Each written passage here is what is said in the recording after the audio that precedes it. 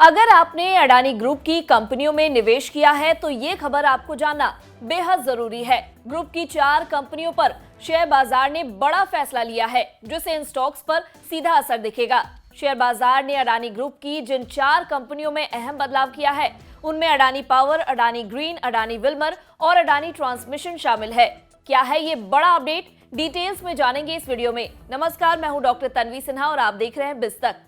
दरअसल एनएसई और बीएसई ने स्टॉक्स को लेकर सर्किट फिल्टर की समीक्षा की है और कई स्टॉक्स के सर्किट बैंड में बदलाव किया है। जिन कंपनियों के सर्किट लिमिट को बढ़ाया गया है, उनमें अडानी ग्रुप की 4 कंपनियां मौजूद हैं। स्टॉक्स के सर्किट बैंड के बढ़ाने का मतलब हुआ कि अब शेयर की कीमतों में पहले से ज्यादा बड़े दायरे में कारोबार हो सकता है।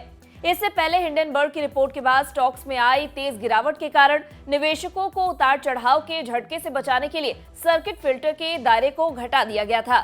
चलिए अब क्या है नए बदलाव, ये भी जान लेते हैं। जानकारी के अनुसार अडानी पावर के लिए सर्किट लिमिट को 5% से बढ़ाकर 20% कर दिया गया है। वहीं अडानी ट्रांसमिशन, अडानी विल्मर और अडानी ग्रीन एनर्जी के लिए सर्किट को 5% से बढ़ाकर 10% कर दिया गया है। ऐसे में नए सर्किट लिमिट लागू होने के बाद स्टॉक्स में अब ज्यादा बड़े दायरे में कारोबार हो सकेगा। अडानी ट्रांसमिशन, अडानी विल्मर और अडानी ग्रीन एनर्जी के अलावा Ansal housing, Shriram asset management company, McLeod Russel India, GVK power, Jupiter wagons, Waaree tech, RMC, switchgear और पीसी ज्वेलर्स के सर्किट लिमिट को भी 5 से बढ़ाकर 10% किया गया है। अडानी ग्रुप के अलावा कामधेनु, आरवीएनएल, इकी एनर्जी सर्विसेज के लिए सर्किट फिल्टर को 5 से 20% किया गया है। वहीं 211 स्टॉक्स के लिए नई सर्किट लिमिट 10 से 20% की गई है, जिसमें gland pharma, Goa carbon, gravity India, Indo wind energy, Shemaroo entertainment और केमिकल्स ट्रांवकोर जैसी कंपनियों का नाम शामिल है। इसके अलावा शेयर बाजार ने 14 स्टॉक्स की सर्किट लिमिट को घटाया है। नए लिमिट के तहत इसे 20% से 10% कर दिया गया है। इनमें श्री प्रीकोटेड स्टील्स, मान aluminium, Japan industries, valiant communications जैसी कंपनियों के नाम शामिल है।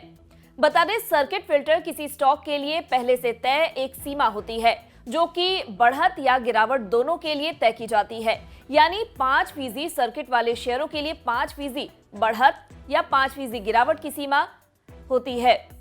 स्टॉक्स जब इस सीमा पर पहुंच जाता है तो ट्रेड कुछ समय के लिए रोक दिया जाता है।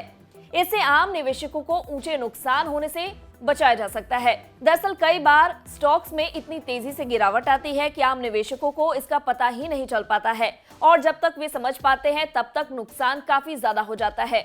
ऐसे में अगर कोई सर्किट ब्रेकर ना हो तो संभव है कि एक ही बार में निवेशक की ज्यादातर रकम डूब जाए। इसी को देखते हुए 2001 में सर्किट ब्रेकर की व्यवस्था पर काम शुरू हुआ था। सर्किट ब्रेकर 5, 10 या 20% कुछ भी हो सकते हैं। अनिश्चितता वाले स्टॉक्स को 5% वाले ब्रैकेट में रखा जाता है, जिससे उस पर तेजी के साथ नियंत्रण रखा जा सके। मजबूत स्टॉक्स में 20% का ब्रेकर होता है, क्योंकि ऐसे स्टॉक्स में बेहद कम मामलों में इतने ऊंचे उतार चढ़ाव देखने को मिलते हैं और ऊंची सीमा रखकर ट्रेड को बिना किसी रोक टोक के जारी रखा जा सकता है।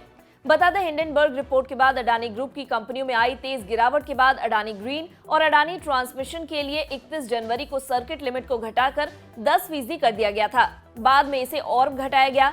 बाजार के कदम के बाद जनवरी के अंत तक कोई भी अडानी ग्रुप स्टॉक्स 20% की लिमिट में नहीं था। स्थिति ये थी कि कई दिनों तक अडानी ग्रुप के स्टॉक में लोअर सर्किट लगा। वहीं रिकवरी आने पर कई दिनों तक स्टॉक में अपर सर्किट देखने को मिले।